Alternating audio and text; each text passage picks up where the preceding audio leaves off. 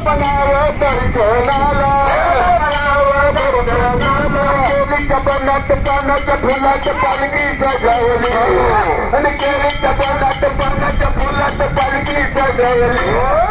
पालखी सजावली माझी मूर्त नटावली पालखी सजावली माझी मूर्त नटावली केळीच्या पानाच्या फुलाच्या पालखी सजावली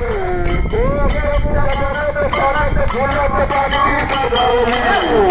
पालखी सजावली माझी मूर्त नटावली पालखी सजावली माझी मूर्त नटावली